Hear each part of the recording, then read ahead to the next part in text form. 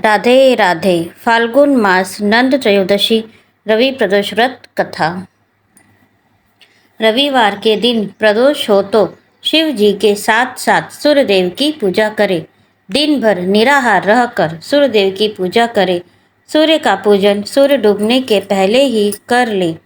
प्रदोष व्रत में नमक तेल आदि नहीं खाना चाहिए।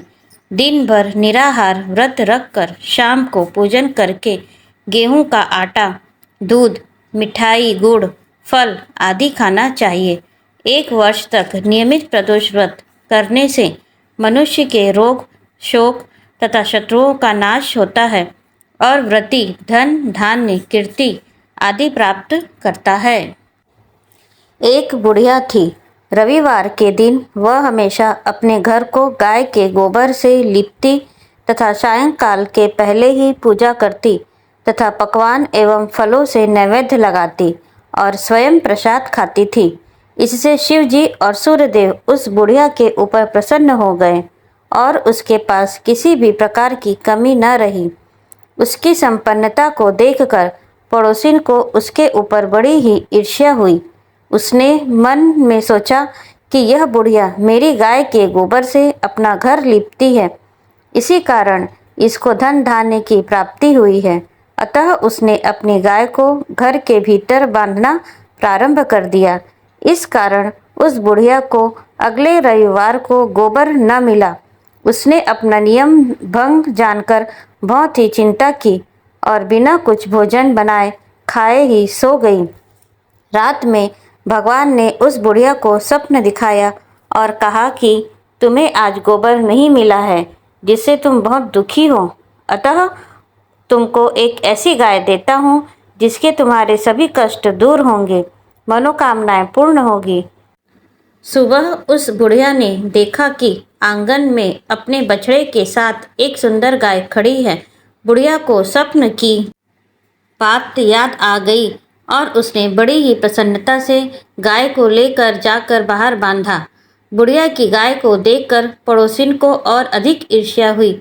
वह गाय सोने का गोबर करती थी। यह देखकर पड़ोसिन और अधिक आश्चर्य करने लगी। उसने उस गोबर को उठाकर उसी जगह अपनी गाय का गोबर रख दिया। इस प्रकार पड़ोसिन का यह नित्य कार्य हो गया और बुढ़िया को यह पता नहीं था कि उसकी गाय सोने का गोबर देती है।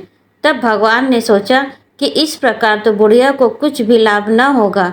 अतः एक दिन उन्होंने बड़े जोर से आंधी चलाई एवं जल वृष्टि की, जिससे उस बुढ़िया ने गाय को घर के भीतर बांधा और दूसरे दिन प्रातः से घर के अंदर ही बांधना शुरू कर दिया।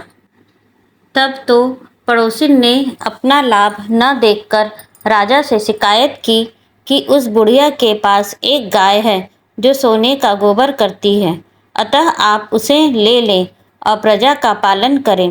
राजा को यह बात जच गई और उसने उस बुढ़िया की गाय मंगवा ली। किंतु भगवान की कृपा से उस दिन गाय ने सोने का गोबर न करके साधारण गोबर ही किया।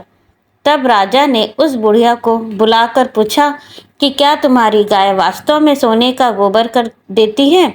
तब बुढ़िया ने कहा, महाराज, मैं प्रत्येक रविवार को घर लीपती हूँ, भगवान का पूजा करती हूँ, उसी के प्रभाव से यह गाय मुझे प्राप्त हुई है और सोने का गोबर करती रही है। पड़ोसिन के कहने से आपने मेरी गाय छीन ली है। यदि आपके यहाँ सोने का गोबर नहीं करती तो इसमें मेरा क्या दोष है? बुढ़िया की बात सुनकर राजा ने उसकी गाय वापस कर दी तथा उससे क्षमा याचना की।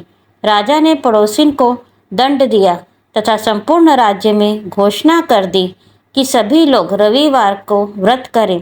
राजा ने स्वयं व्रत करना आरंभ किया, जिससे राजा व प्रजा प्रसन्न हो गए।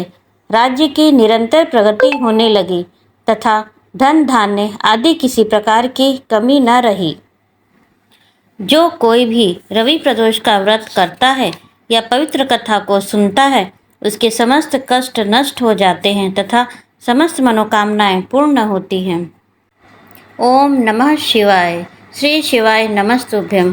राधे राधे।